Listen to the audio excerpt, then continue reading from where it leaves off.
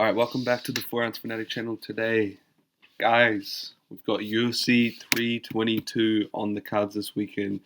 Honestly, probably the best pay-per-view of the year if you're looking at name value and like overall excitement for fights. Yeah, I'm really looking forward to these fights, man.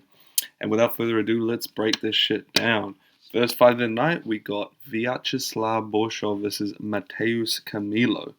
Borshov, despite having a pretty awful record of 8-6-1, I don't think his record really reflects his skill level. And he's a good kickboxer. He's always in exciting fights, win, lose or draw.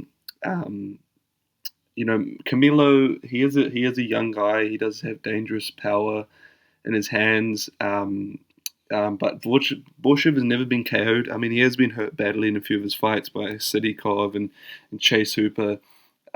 But if you look at Camilo's last fight, I mean, he got submitted by Gabe Green, which is a guy that he was really supposed to beat. And it just kind of seemed like he was kind of just hunting for the KO the whole time. He was trying to force things. I mean, he is a young guy. He is quite inexperienced. I think he's only 24. So I think a lot of people will be picking Camilo to win this fight. But yeah, he's been submitted. Obviously, Borshov's not going to be able to do that, but I do think Borshov's going to win this fight by 29-28 decision. I think he may get dropped, he may get rocked early, and kind of survive, weather the storm, come back and sort of start piecing up Camilo with some good combos in the later rounds, round 2 and 3. And yeah, I think Camilo might gas out, trying to finish Borshov early. That's what I think is going to happen in this fight. Borshov will be winning by 29-28 decision. Second fight of the night, we got Baysangur Sursurkayev, I believe that's correct, versus Eric McConaughey. I mean, this guy's a fucking minus 1,000 favorite. So yeah, everyone. I don't think anyone's picking McConaughey, to be honest. So yeah, I will be picking Sursurkayev by probably around 2 TKO. I think McConaughey is not a terrible guy. I mean, he has a win in the UFC. He's beat Cody Brundage. He got TKO'd by Huzaboyev in his debut. Not the worst guy in the middleweight division. And I think he's tough enough, to survive until the second round. But yeah, Sursurkayev is just too young, too talented. He does train with Chimaev, but he's more of a striker, it seems. Like he's showed that in his last 2 fights. Well, his fight in the Contender Series and his debut in August. So yeah, I will be picking Baysangur Sursurkayev by second round TKO. I think he's going to mix up his shots, kicks to the body, long punches. I think he's the taller guy, if I'm not mistaken. Let's double check that. Yeah, he's taller. I do potentially see him, mixing in the clinch at some point. But yeah, dude, Baysangur Sursurkayev will be winning this fight. All right, third fight of the night, we got Angela Hill versus Fatima Klein. Angela Hill, she's the female Neil Magny, really. She's the gatekeeper of the women's 115-pound division. She's kind of just the ultimate test for girls to see if they are able to break into that top 10 of the strawweight division and, become a real contender. And that's just what this fight is. I mean, Fatima Klein, she's on a nice little run. I think she's on a 2-fight win streak. She lost her debut to Jazz Davicius. I think that was on short notice, though, so I'm not taking too much away from that. I mean, Jazz Davicius is, a top 7, top 5 level strawweight. Flyweight. And, now she's gone back down to a natural weight class of 115. She has back-to-back TKOs. Her last fight, she came off a really beautiful round 3 head kick knockout over Melissa Martinez, which I thought was quite impressive. I think she's quite well-rounded. She seems to be a good grappler, but good striking on the feet as well. Nice kicks, fast combinations. I mean, I do see Angela Hill crafting up a crafty vet, 29-28 split decision. But yeah, I am going to be... You know what, man? Originally, I was going to pick Klein, but I've changed my mind. I'm going to be picking Angela Hill to win this fight by a crafty 29-28 split decision. I think it's going to be a close fight. I do think Hill will do well in the clinch. maybe get rocked at some point, but I do think she is enough of a veteran and a lot more experienced than Klein to be able to survive to a decision. I mean, if she loses, either way, this fight's going to decision is all I'm going to say. I don't really see Klein getting a finish in this fight. I mean, I could be completely wrong because Angela Hill is 40 years old. But at the same time, I just think she is, has the savvy and the wherewithal to get past the first 2 rounds and the third as well. And yeah, I think Angela Hill is going to shock people and win this fight by a 29-28 decision. Fight number 4 of the night, we've got Pat Sabatini versus Chepe Mariscal. Now, a lot of people don't know this is actually a rematch from the regional scene. Chepe Mariscal beat Pat Sabatini on the regional scene, I believe. Yeah, I think this was about 7 or 8 years ago. Obviously, they're completely different fighters now, but I do think that does play a factor in the mindset. Like, if you're going into a fight with against someone you've already beaten, despite no matter how long ago it was, I do think that does give you a confidence boost. And either way, I'm going to be picking Chepe Mariscal to win this fight, dude.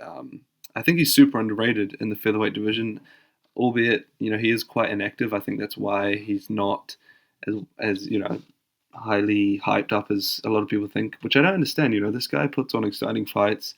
A lot of his fights do go to decision, but he's a dog in there. He's got great boxing, super tough. He's a bit of a blockhead, but yeah, I think he's 5-0 in the UFC, if I'm not mistaken. And he's 18-6, but if you look at his losses, like most of the guys that he's lost to, either were in the UFC or are in the UFC. I mean, he lost to. I'm trying to remember. He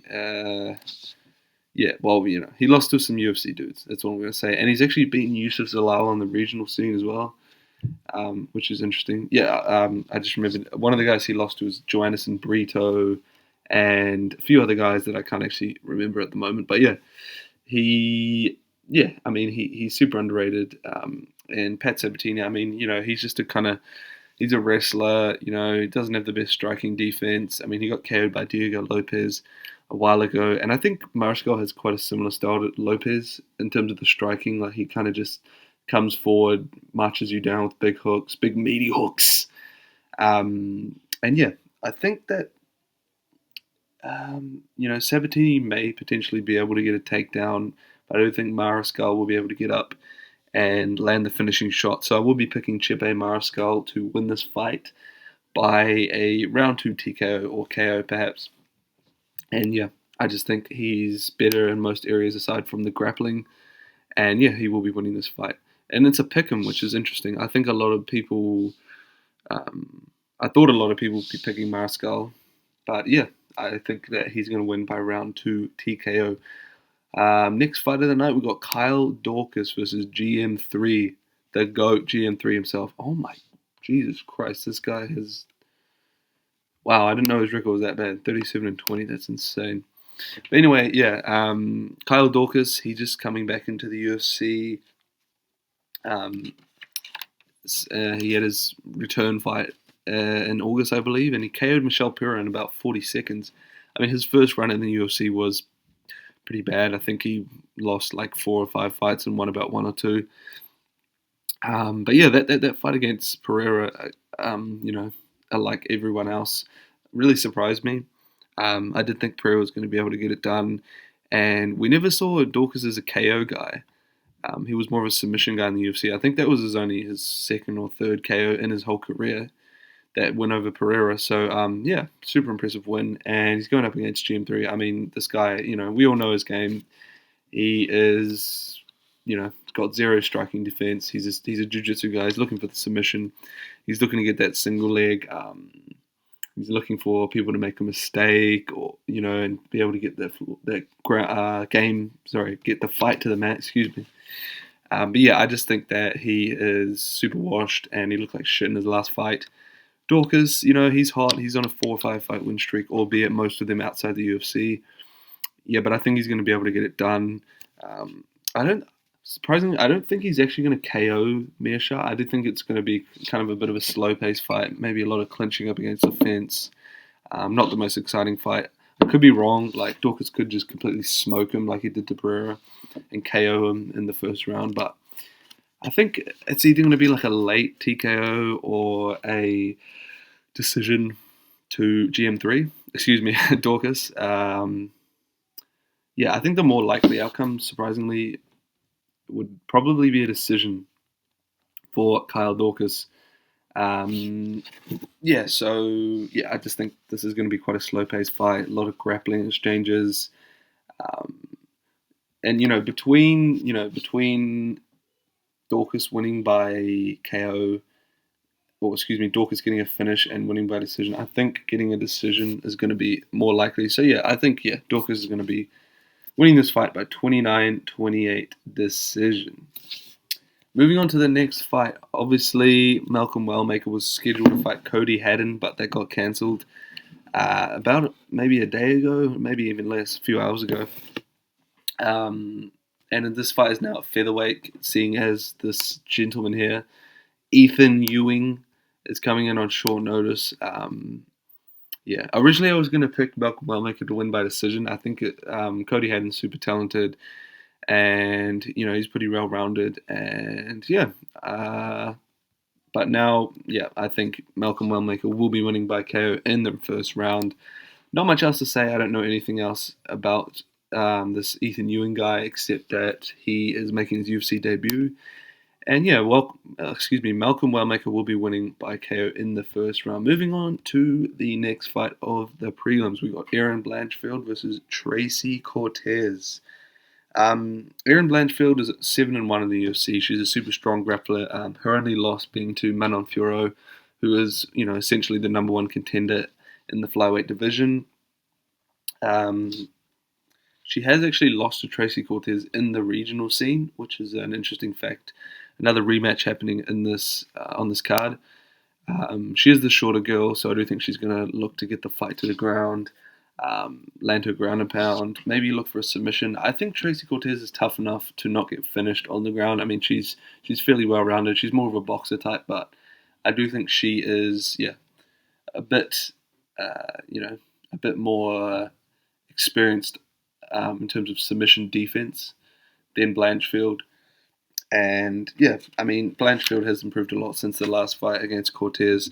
And Cortez is just super inactive as well. If you want to put that into account, she fights once a year, and she lost to Rose Namajunas, who Erin Blanchfield just recently beat. I know that doesn't, MMA math, it doesn't make sense. But yeah, I just don't think that Cortez is going to be able to win this fight. I do think she's going to lose, probably by 30-27 decision. So yeah, Blanchfield, 30-27 decision. That is my next pick. And the next fight of the night, we got Roman Kopylov versus Gregory Robocop Rodriguez. Yeah, this is my 4-ounce pick for fight of the night, guys. I think this one's going to be a banger. I mean, two guys just coming forward, swinging hammers at each other. Yeah, and I do think Rodriguez is going to be able to get this one done. He is a pretty good kickboxer, Roman Kopylov is.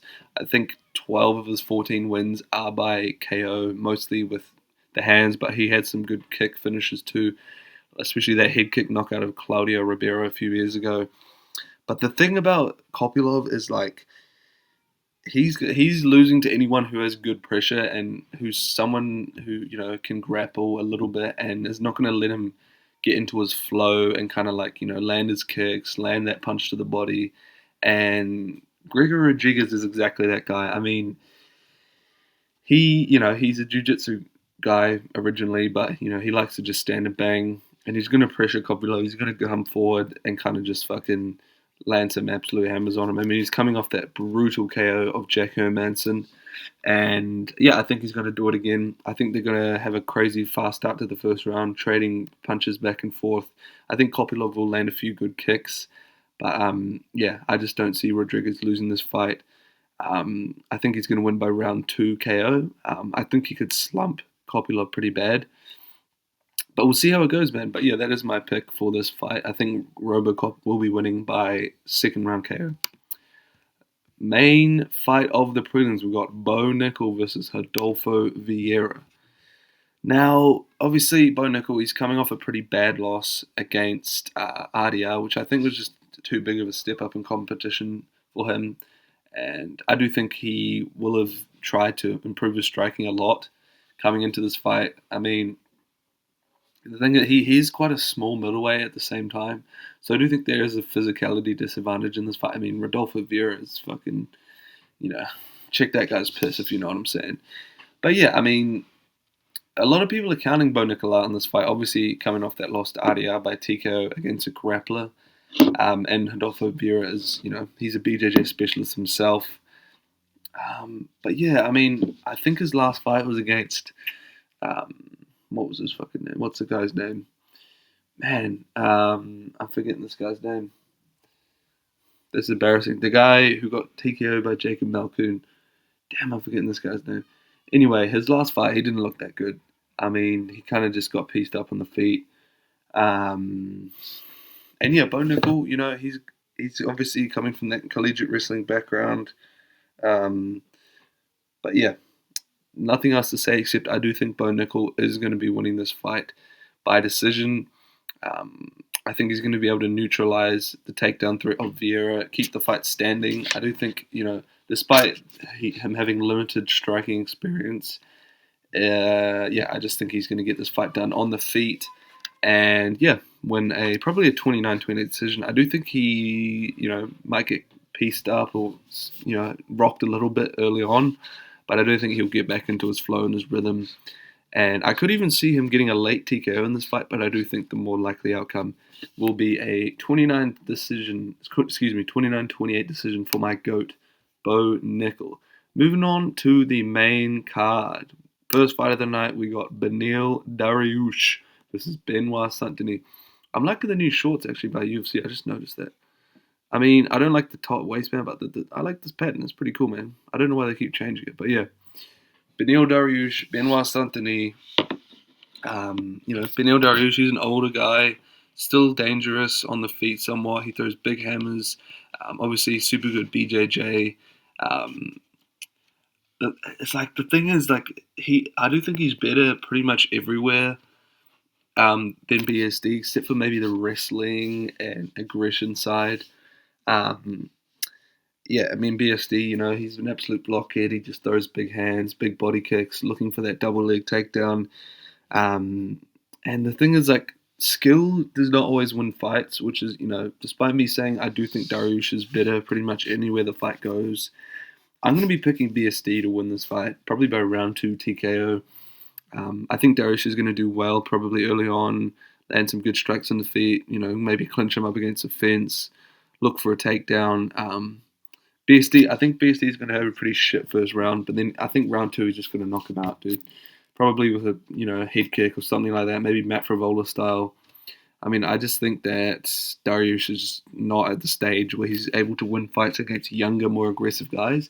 If this fight was like 3 or so years ago or earlier than that, I think Dariush would fucking smoke him, but I think he's just past his prime. I mean, obviously he beat Renato Moicano, who put Saint Denis, like, into fucking the 7th layer of hair, if you know what I mean.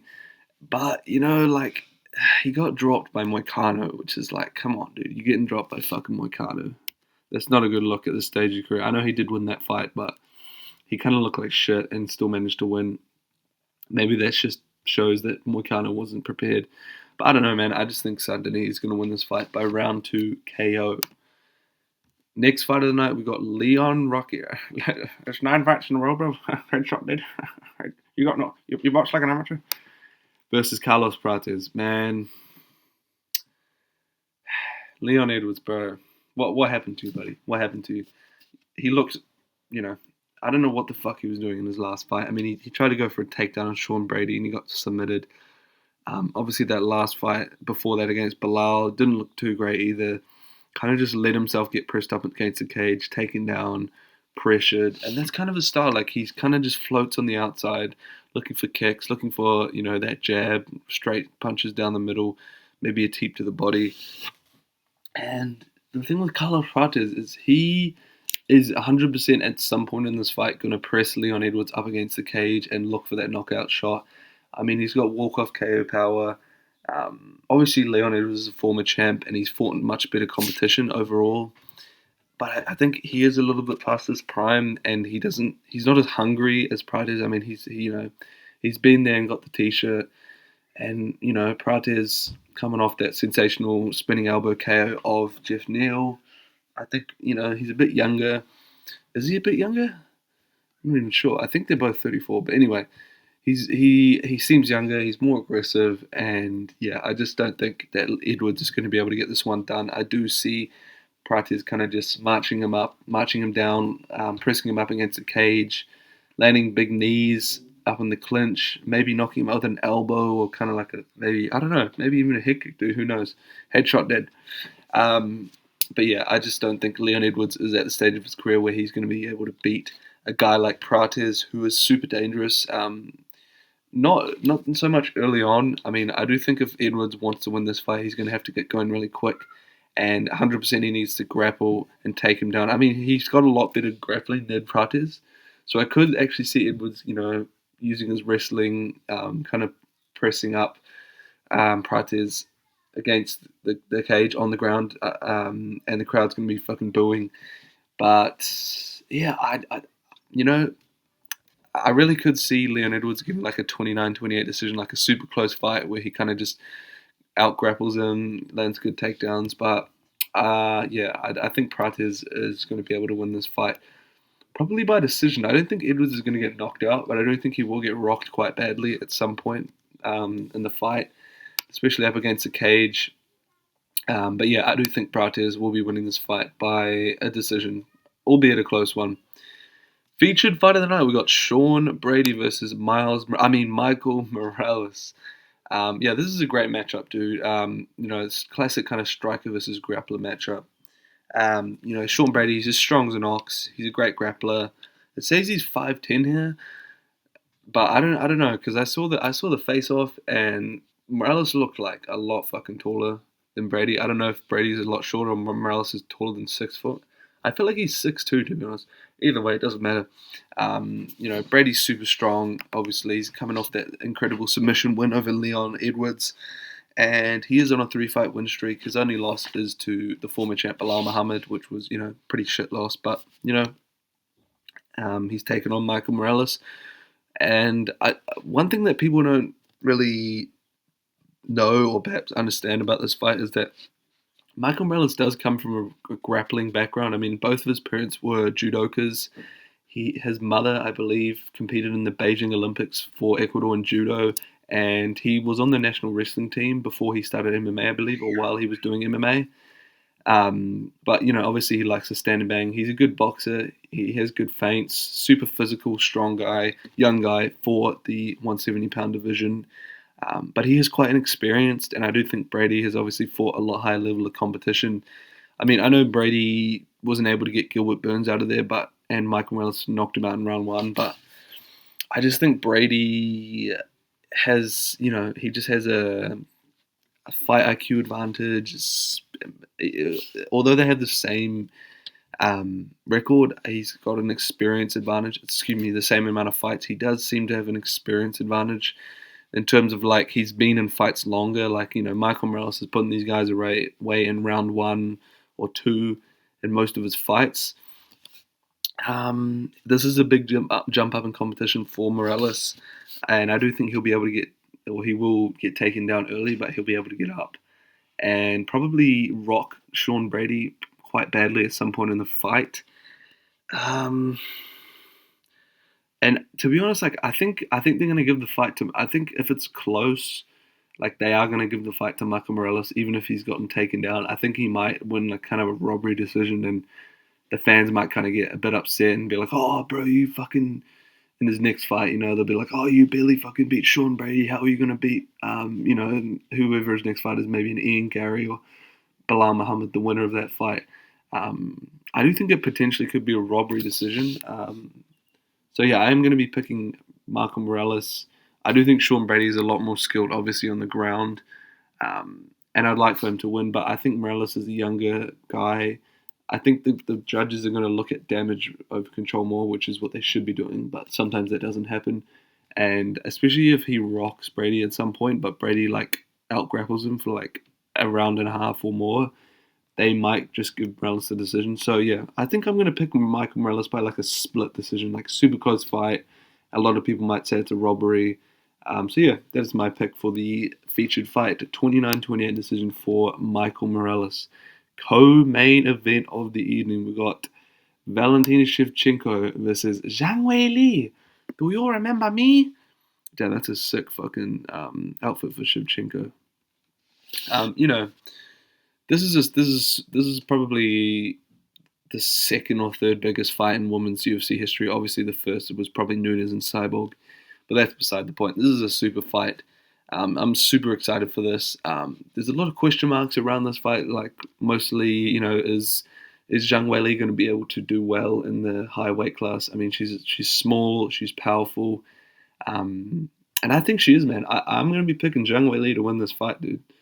Um, she does have the speed advantage. Obviously, I do think she's a better wrestler when it comes to takedowns and control than Shevchenko. I do think that may be one of her keys to victory in this fight. Obviously, as I just said, she's smaller. She does have the speed advantage in the hands. Um, I don't think this will be the most exciting fight. I do think that Shevchenko will get taken down and controlled in the floor a little bit. And obviously Shevchenko, she's one of the female goats for a reason. She's pretty deadly everywhere the fight goes. And I think she'll be sort of looking to keep this fight at range, land her kicks, keep the shorter fighter away. I'm surprised she's only 5'5". I thought she was a bit taller than that. But yeah, I do think she'll be looking to keep Weili away from her, keep her at range, probably defend takedowns. Yeah, like I think Chico's going to be trying to keep this fight on the feet for as long as she can. But yeah, I'm going to be picking Zhang Weili to win this fight by maybe like a 48-47 decision. I think it'll be close, but yeah, I think this is Zhang Weili's moment to get this second belt and cement her legacy in women's UFC history. So yeah, Zhang Weili, I think, will win this fight by 48-47 decision. And moving on to the next fight of the night, the main event, the moment we've all been waiting for. This is a badass fight, kid. No, but seriously, all jokes aside, this is one of the best fights that has been made this year. Probably, maybe the best fight that, like, in terms of the outcome, this might be the best fight of the year. In terms of hype, name value, question marks, skill level, etc., etc., etc. Obviously, we all know these two guys' games. JDM, he's a boxer. Islam's a wrestler with decent striking as well. And JDM, obviously, he's got crazy anti-jiu-jitsu, training with Craig Jones, anti-wrestling. And I think for Islam, this is like probably the hardest matchup. Like, this is like a nightmare matchup for Islam. A guy who can neutralize your takedown threat, get up from takedowns. I mean, we saw that happening against Bilal, obviously, and other guys, like, obviously the Gilbert Burns fight. I just think this is probably the worst matchup for Islam in the UFC, aside from maybe Ilya. But even then, I think he can beat Ilya. Obviously he's a much smaller guy than Jack Ilya is. And yeah, there's just so many question marks surrounding this fight. Like, is JDM going to be able to stop the takedown? Is he going to be able to land his combination? Is Islam going to try and strike with Jack a little bit, or is he going to go fucking full Chimaev mode? Like, there's a lot of questions surrounding this fight. But yeah, either way, I think it's going to be a banger. I don't really see either guy getting finished. And I think it is going to be a decision, whichever way it goes. But yeah, like I said, man, Jack's got the style to beat Islam. He's got slick boxing combinations. But the only thing, like, is that JDM hasn't fought the level of competition that Islam has in his division, respectively. He kind of got fast tracked to the title, mostly given his style, exciting boxer, great defensive grappling. The thing is, like, this, I could actually see Islam kind of just fucking beasting him, because this is his first fight at 170. He's a massive guy for 155 coming up. And he said he's been taking that creatine, dude. Watch out, dude. Islam's been taking brother.